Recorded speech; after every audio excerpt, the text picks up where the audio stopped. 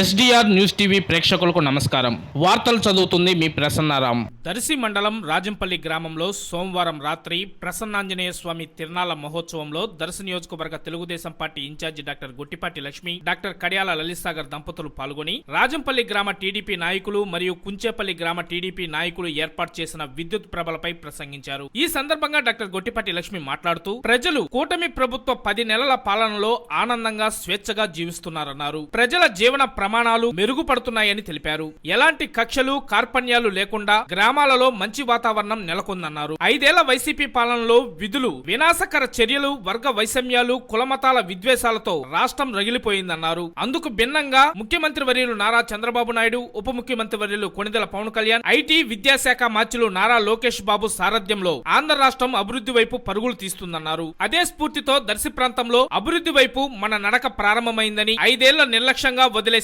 ప్రాజెక్టులను ముందుకు తీసుకువెళ్తూ అభివృద్ధి సంక్షేమాన్ని కొనసాగిస్తూ పల్లెల్లో ప్రగతి కోసం నిరంతరం కృషి జరుగుతుందని అన్నారు. దర్శి నియోజకవర్గం అంటే ఆషామాషి నియోజకవర్గం కాదు అని తెలుసుకొని అన్నిటికీ సిద్ధపడి రాబోయే 25 సంవత్సరాలు దర్శి నియోజకవర్గ ప్రజలతో ప్రయాణం కొనసాగించాలని నిర్ణయించుకునే రావడం జరిగిందన్నారు. కావున మీ అందరి సహకారంతో దర్శి ప్రాంతాన్ని అభివృద్ధి ప్రాంతంగా తీర్చిదిద్దుతానని ఈ సందర్భంగా డాక్టర్ గొట్టిపాటి లక్ష్మి వివరించారు. ఈ కార్యక్రమంలో కుంచెపల్లి గ్రామ టీడీపీ నాయకులు, రాజంపల్లి గ్రామ టీడీపీ నాయకులు, వివిధ హోదాల్లో ఉన్న టీడీపీ సీనియర్ నాయకులు, మాజీ ఎంపీపీ పనిదపు వెంకటరామయ్య, దామా కృష్ణ, దారం సుబ్బారావు తదితర టీడీపీ, జనసేన, బీజేపీ నాయకులు, కార్యకర్తలు, అభిమానులు అధిక సంఖ్యలో పాల్గొన్నారు.